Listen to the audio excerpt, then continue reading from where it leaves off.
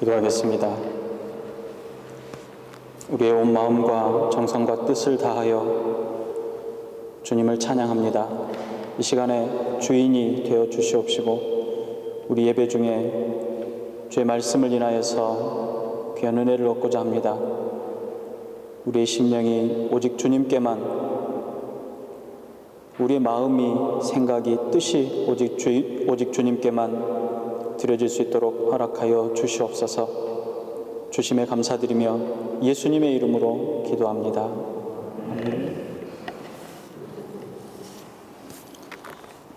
오늘은 위대한 왕에 대한 이야기입니다. 하나님께서 사무엘에게 말씀하시기를 내가 사울을 버렸다 하시고 이세 아들 중에 하나를 기름 부어 왕으로 세우라고 말씀하셨습니다. 그 명령을 받은 사무엘이 이세의 집에 들어가서 이세의 아들들을 하나씩 선을 봅니다. 제일 먼저 큰아들 엘리압이 그 앞으로 지나가면 사무엘이 보기에 그의 마음에 꼭 들었습니다. 흡족했습니다. 그런데 하나님께서는 내가 사람을 보는 것은 사람과 같지 않다고 하시면서 외모를 보지 말라고 하십니다. 그리고 하나님은 중심을 보는 분이다 라고 말씀하셨습니다. 하나님의 사람 사무엘도 사람을 보는 첫 기준은 외모였습니다. 사무엘뿐만 아니라 다윗의 아비였던 이새도 마찬가지입니다. 자기 자녀 가운데 왕으로 선택될 만한 사람들이 있다면 그것은 첫째 아들이었을 것입니다. 그가 아니면 둘째 아들이었을 수도 있습니다. 막내 다윗만 들판에서 양을 지키게 하고 7명의 아들을 다 불러 모았던 것은 아마도 그러한 이유였을 것입니다. 이것을 보면 이새도 다윗이 왕이 될 만한 어떤 조건이 되지 않는다라고 생각했던 것 같습니다. 결국 7명을 다 보았는데 하나님의 마음에 합한 사람이 없었습니다. 사무엘이 네 아들이 다 여기 있느냐 묻습니다. 막내인 8째가 있다는 사실을 알고는 그를 데려오라 하여 보았습니다. 그가 하나님의 택한 사람이었습니다. 하나님께서 사람을 보는 눈이 왜 사람이 사람을 보는 눈과 다를까요? 그것은 어쩌면 우리와 하나님과의 큰 차이, 극명한 한계에 있다고 볼 수 있습니다. 하나님은 우리를 보실 때 우리의 속까지 보실 수 있는 분이십니다. 그러나 사람들은 사람의 속을 들여다볼 수 없습니다. 우리는 겉모습만 보려고 합니다. 또 우리가 우리의 모습을 볼 때 우리가 보고 싶어 하는 부분을 먼저 보고 더 가까이 보기 때문에 그렇습니다. 그리고는 우리가 보는 것이 전부인 것처럼 생각해 버립니다. 그리고 또 우리는 현재만 볼 뿐이지 미래를 볼 수가 없는 한계를 가지고 있습니다. 미래를 내다보지 못합니다. 그러다 보니까 어떤 사람이 어찌 될지 전혀 알 수 없습니다. 예측하고 추측해보지만 그러나 한계는 극명합니다. 한계가 분명한 우리 인간들과는 달리 하나님께서는 무한한 분이십니다. 그래서 하나님께서 보시는 눈과 우리가 보는 눈 사이에는 차이가 분명하다는 것입니다. 그렇다면 사람이 보는 외모나 또 사람이 보는 그 생김새, 사람의 눈으로 판단되어지는 미모나 재력 또는 사회적 지위 그리고 학벌이 우리가 보는 외모라고 한다면 하나님께서 보시는 중심은 과연 무엇이겠냐는 겁니다. 하나님은 중심을 보신다고 하셨습니다. 그 중심이 도대체 무엇인지 알아야겠습니다. 성경은 여러 군데에서 하나님께서 보시는 그 중심을 마음이라고 표현하고 있습니다. 심령을 감찰하시는 하나님, 바로 우리의 마음을 감찰하신다고 말합니다.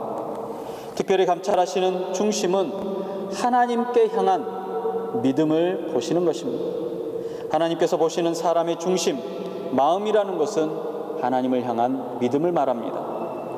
그가 믿고 의지하는 신앙의 본질이 무엇인가 하는 것입니다. 하나님에 대한 믿음의 본질이 어디서부터인지를 하나님께서는 알고 계신다는 것입니다. 하나님의 약속과 능력을 얼마나 믿고 의지하냐는 것입니다. 머리로만 그럴 것이다 라가 아니라 마음으로 믿고 입으로 시인하며 믿음을 의지하여서 삶으로 드러나지는 것, 바로 그것이 하나님께 향한 믿음이라는 것입니다. 하나님께서는 올바른 믿음의 사람을 얼마든지 존귀하게 만드시는 분이십니다. 그리고 높이십니다. 그리고 하나님께서 쓰시고자 하시는 곳에 사용하신다는 것입니다. 오늘 선택된 다윗을 보십시오. 뒤를 이어서 나오는 사무엘상 17장에 다윗의 믿음을 엿볼 수가 있습니다. 이스라엘과 블레셋이 전쟁을 합니다. 형들이 점심을 들고 전쟁터에 잠시 들린 소년 다윗이 골리앗의 외치는 소리를 들었습니다. 그리고는 분을 못 이겨서 자신이 골리앗을 쓰러뜨리겠다라고 나섰습니다. 사무엘상 17장 34절을 잠깐 보겠습니다. 다윗이 사울에게 말하되 주의 종이 아버지의 양을 지킬 때에 사자나 곰이 와서 양떼에서 새끼를 물어가면 내가 따라가서 그것을 치고 그 입에서 새끼를 건져내었고 그것이 얼마나 나를 해하고자 하면 내가 그 수염을 잡고 그것을 쳐 죽였나이다. 주의 종이 사자와 곰도 쳤은즉 살아계시는 하나님의 군대를 모욕한 이 할례받지 않는 블레셋 사람 일이이까 그가 그 짐승의 하나같이 되리이다. 또 다윗이 이르되 여호와께서 나를 사자의 발톱과 곰의 발톱에서 건져내셨은즉 나를 이 블레셋 사람의 손에서도 건져내시리이다. 아멘. 이것이 바로 다윗의 믿음입니다. 지키고 보호하시는 하나님을 경험해본 다윗만이 할 수 있는 말이라는 것입니다. 그것뿐입니까? 또 전쟁은 여호와께 속한 것이라고 고백하며 달려듭니다. 사무엘상 17장 45절 이후에는 또 이렇게 말합니다. 다윗이 블레셋 사람에게 이르되 너는 칼과 창과 단창으로 내게 나아오거니와 나는 만군의 여호와의 이름 곧 내가 모욕하는 이스라엘 군대의 하나님의 이름으로 내게 나아가노라. 오늘 여호와께서 너를 내 손에 넘기시리니 내가 너를 쳐서 내 목을 베고 블레셋 군대의 시체를 오늘 공중에 세워 땅의 들짐승에게 주어 온 땅으로 이스라엘의 하나님이 계신 줄 알게 하겠고 또 여호와의 구원하심이 칼과 창에 있지 아니함을 이 무리에게 알게 하리라. 전쟁은 여호와께 속한 것인즉 그가 너희를 우리 손에 넘기시리라 그랬습니다. 여러분, 이것이 다윗의 믿음입니다. 그 믿음은 어느 날 갑자기 생겨난 믿음이 아닙니다. 그 믿음은 무엇인가 홀려서 외쳐대는 정신 나간 소리도 아닙니다. 다윗이 신앙하는 하나님에 대한 올바른 이해가 없다면 불가능한 말입니다. 그를 통해서 역사하시고자 하시는 하나님을 분명히 깨닫고서 하는 말입니다.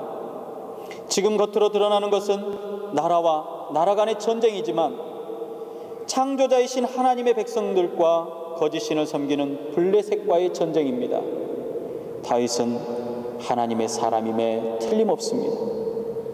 하나님은 그 믿음을 보시고 하나님은 그를 택하셨고 하나님께서는 그를 사용하고 계십니다. 저는 오늘 여러분에게 다윗과 같은 경험이 있으시기를 기원합니다.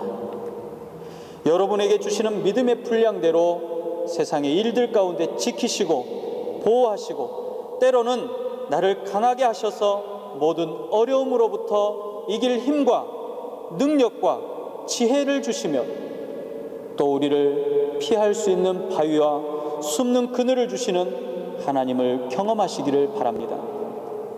그리고 그 경험의 믿음들이 여러분을 하나님의 계획 안으로 이끌어들여서 하나님의 온전하시고 완전하신 뜻을 이루시는데 사용되어지시기를 바랍니다. 두 번째로 하나님께서 보시는 중심은 겸손과 순종입니다. 하나님이 우리에게 찾으시는 것은 우리의 중심에 겸손한 마음과 순종하는 마음입니다. 이것 또한 하나님께서 매우 귀중히 여기시는 우리에게 원하시는 마음입니다. 왜냐하면 겸손하지 못하면 순종하지 않는 사람은 쓰기가 어렵기 때문에 그렇습니다. 때로 우리에게 주시는 연단은 우리로 겸손한 자가 되게 하시는 것입니다. 이 연단은 우리로 순종의 사람이 되게 하시려는 하나님의 뜻입니다. 그 연단의 훈련이 때로는 40년이 걸리기도 합니다. 어떤 때는 80년이 걸리기도 합니다. 어찌하든지 하나님께서는 겸손의 그릇이 갖추어진 사람을 들어서 사용하십니다. 하나님께서는 사울을 버리셨습니다. 사울은 왕이 될 때의 겸손함을 잃어버렸습니다. 그는 더 이상 겸손한 하나님의 사람이 아닙니다. 하나님의 계획과 뜻에는 관심이 없고 자신의 나라와 자신의 왕국이 얼마나 안락한 것인가에 관심을 두었습니다. 그의 교만과 불순종은 약속된 놀라운 복으로부터 멸망으로 이끌었습니다. 결국 하나님께서 그를 버리셨습니다. 반면에 다윗은 하나님 앞에 겸손함으로 하나님의 마음에 합한 사람이라는 인정을 받았습니다. 겸손은 하나님의 은혜를 담는 그릇입니다. 야고보서 4장 6절은 말합니다. 그러나 더욱 큰 은혜를 주시나니 그러므로 일렀으되 하나님이 교만한 자를 물리치시고 겸손한 자에게 은혜를 주신다 하였느니라 그랬습니다. 하나님은 교만한 자를 물리치시고 겸손한 자에게 은혜를 베푸시기를 즐거워하십니다. 하나님께서는 겸손한 사람, 순종하는 사람에게 은혜를 주시는 분이십니다. 예수님께서도 자기 스스로가 그렇게 말씀하셨습니다. 마태복음 11장 29절은 말합니다. 나는 마음이 온유하고 겸손하니 나의 멍에를 메고 내게 배우라. 그리하면 너희 마음이 쉼을 얻으리라 그랬습니다. 또 마태복음 11장에 말하셨던 그 말씀과 같이 살았던 믿음의 선배들이 성경을 통해서 우리에게 증거가 되어줍니다. 아브라함이 그랬습니다. 모세도 그랬습니다. 요셉도 그랬습니다. 사무엘 또한 하나님 앞에 겸손한 마음과 순종의 마음을 가졌습니다. 그뿐입니까? 엘리야도 엘리사도 모두 겸손한 믿음의 종들이었습니다. 무엇을 보아서 알 수 있습니까? 성경을 통해서 그들에게 나타났던 것은 겸손함과 순종이었기 때문에 그렇습니다. 하나님 앞에서 자기를 쳐서 낮추는 겸손에서 그들의 삶의 빛이 나진 것입니다. 하나님의 영광이 드러났던 것입니다. 이런 사람을 하나님께서는 반드시 높이셨습니다.